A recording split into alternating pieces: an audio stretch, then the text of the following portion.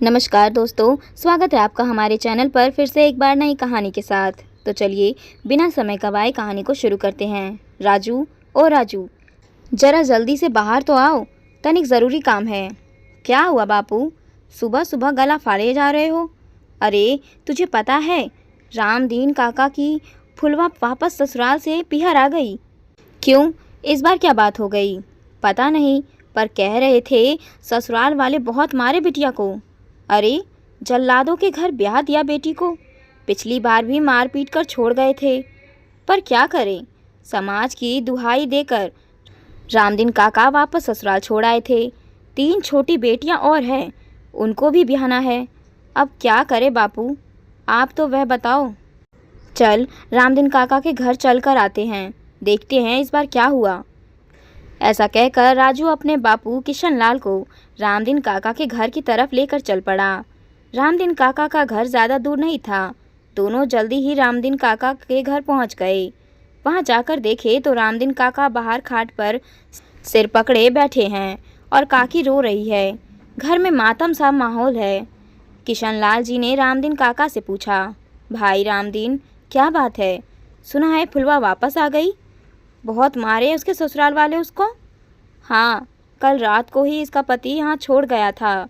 बहुत बुरी तरह मारे हैं हमारी बिटिया को। आंखों में फिर भी शर्म लिहाज नहीं। क्यों मारा? कारण तो बताओ। कुछ तो बोला होगा वह बेशर्म आदमी। हाँ, कह रहा था जब काम ढंग से करना आ जाए और सास और पति का लिहाज करना आ जाए तब भेज दियो। अच्छा, जरा बुलवाना फुलवा बिटिया को बाहर, तनिक उससे बात करनी है। रामदीन काका ने अपनी बिटिया को बाहर बुलाया। जब फुलवा बाहर आई तो उसे देखकर किशनलाल और राजू दोनों सकते में आ गए। आंखें सूजी हुई, चेहरे पर चोट के निशान, हाथ और गले पर नील पड़ी हुई है। देखकर बहुत ही गुस्सा आया, पर खुद को संयमित रखकर किशनलाल ने कहा, क्या हुआ बिटिया, इस तरह क्यों मारा? फुलवा चुप रही। उसे इस तरह चुप देखकर किशनलाल ने उसके सिर पर हाथ रखा और बोला, बिटिया, ताऊ लगता हूँ तेरा, तू मुझे तो बता इस तरह क्यों मारा? किशनलाल के मुंह से अपने लिए प्यार भरे शब्दों को सुनकर फुलवा का रोना छूट गया। रोते हुए बोली, ताऊ जी क्या बताऊं, जल्लाद है वो लोग। छोटी छोटी बातों पर बहुत मारते हैं। बहू नहीं नौकरानी समझते हैं। अगर कुछ बोलूं तो मारने लगते हैं और कहते हैं तुझे ब्याह कर किस लिए लाए हैं। ये सब कब से चल रहा है? ब्याह कर कर गई थी तब से ऐसा बर्ताव करते हैं। दूसरे दिन सुबह सुबह ही कमरे में आकर सासू माँ ने चाटा मार दिया और बोली, तेरे होते मेरी बेटी काम कर रही है, शर्म नहीं आती? बेचारी सुबह सुबह काम में लगी है और तू यहाँ कमरे में बैठी हुई है। तेरे ससुर ने कुछ नहीं कहा? क्या कहेंगे, बीवी के सामने ज़बान नहीं चलती। दोनों माँ बेटे अपनी मनमानी करते रहते हैं। अब की बार क्या हुआ? ताऊ जी, सच बोला था इसीलिए। 4-5 दिन हो गए ढंग से खाना नहीं खाया मैंने। इतना काम करो फिर भी भरपेट रोटी तक नसीब नहीं होती। रोटी ज़्यादा बन जाए तो सुनने को मिलता, अपने बाप के घर से लेकर आई थी क्या? और कम पड़ जाए तो कोई ज़रूरत नहीं है अलग से बनाने की। दिन भर रोटी तोड़ती रहती हो, एक टाइम भूखे रह जाओगी तो मर नहीं जाओगी। इंसान हूँ, जानवर नहीं। बस यही बोला कि दिन भर काम करती हूँ, कम से कम रोटी तो खाने को दे दिया करो। उस पर दोनों माँ बेटे ने मिलकर मुझे मारना शुरू कर दिया। जब बेहोश हो गई तब जाके पीछे छोड़ा। अब बर्दाश्त नहीं होता ताऊ जी। देख फुलवा, तू चुप है इसीलिए वो लोग ताकतवर हैं। अपनी खामोशी को उनकी ताकत मत बनना, बाकी तू खुद समझदार है। 10-12 दिन बाद रामदीन काका फुलवा को समझाकर वापस ससुराल छोड़ आए। पर इस बार फुलवा पूरी तरह से तैयार थी। अब जो बहू मार खाने के बाद भी दूसरी नहीं बल्कि तीसरी बार भी लौट कर आ गई हो।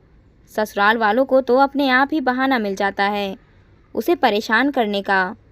दूसरे दिन फुलवा ने खाना बनाया तो खाने में नमक कम है, इस बात को लेकर उसकी सास ने चिल्लाना शुरू कर दिया। फुलवा ने नमक लाकर रख दिया और कहा कि माँ, नमक कम है तो नमक डाल लीजिए। सुनकर सासू माँ और ज़्यादा भड़क गई। कहने लगी कि ज़्यादा ही ज़बान चलने लगी है। आने दे मेरे बेटे को, बताती हूँ, सारी अकड़ निकाल जाएगी। शाम को जब फुलवा का पति घर आया तो सासू माँ ने अपने स्वभाव के अनुसार हर बात को नमक मिर्च लगाकर कहा, जिस पर उसका पति भड़क गया और फुलवा को गालियाँ देने लगा। फुलवा ने भी कहा कि नमक कम था तो नमक डाला जा सकता था, उस पर बेवजह का हंगामा करने की कोई ज़रूरत नहीं है। पर फुलवा के पति को ये अपनी शान के खिलाफ लगा कि पहली बार उसकी पत्नी ने पलटकर जवाब दिया है। उसने आओ न देखा न ताव उठाया लठ और फुलवा को मारने लगा। लेकिन इस बार फुलवा ने भी ठान रखी थी। जैसे ही उसका पति उसे लठ से मारने लगा, वैसे ही फुलवा ने लठ पकड़ लिया और ज़ोर से चिल्लाई, इस बार कमज़ोर मैं भी नहीं हूँ, छू कर दिखा, हाथ पैर ना तोड़ के रख दूँ तो। फुलवा का रुद्र रूप देख करके उसका पति एक बार तो बिल्कुल सख्ते में आ गया। पर इतने में सासू माँ ज़ोर से चिल्लाई, ज़्यादा ही ज़बान चलने लगी है, अपने पति के सामने बोलती है, शर्म बेच खाई। फुलवा ने कहा, हाँ बोलती हूँ, मैं चुप हूँ इसीलिए तुम ताकतवर हो, पर सामने करोगे तो चुप भी नहीं रहूँगी। चुप रहकर बहुत मार खा ली मैंने, आज के बाद हाथ उठाया तो याद रखना तुम्हारी मार तो मुझे पड़ेगी, लेकिन उससे पहले तुम लोगों के हाथ पैर तोड़ दूँगी। बहुत बर्दाश्त कर लिया मैंने। अरे लल्ला, कैसी कैंची की तरह ज़बान चल रही है इसकी। इसके बाप को तो बुला ज़रा, देखे तो क्या सिखाकर भेजा है इसे। हाँ बुलाओ मेरे बाप को, बहुत इज्जत के नाम पर मार खा ली मैंने। मार मुझे पड़ती है, मेरे बाप को नहीं। घाव मुझे मिलते हैं, दर्द मुझे होता है, चाहे तो पूरी पंचायत बुला लो। अब तो मैं बेशर्म हो गई, अब बस और नहीं। मैं मेरी खामोशी को तुम लोगों की ताकत नहीं बनने दूंगी। फुलवा का यह रौद्र रूप देख करके अब किसी की हिम्मत नहीं हुई उसके आगे कुछ बोलने की।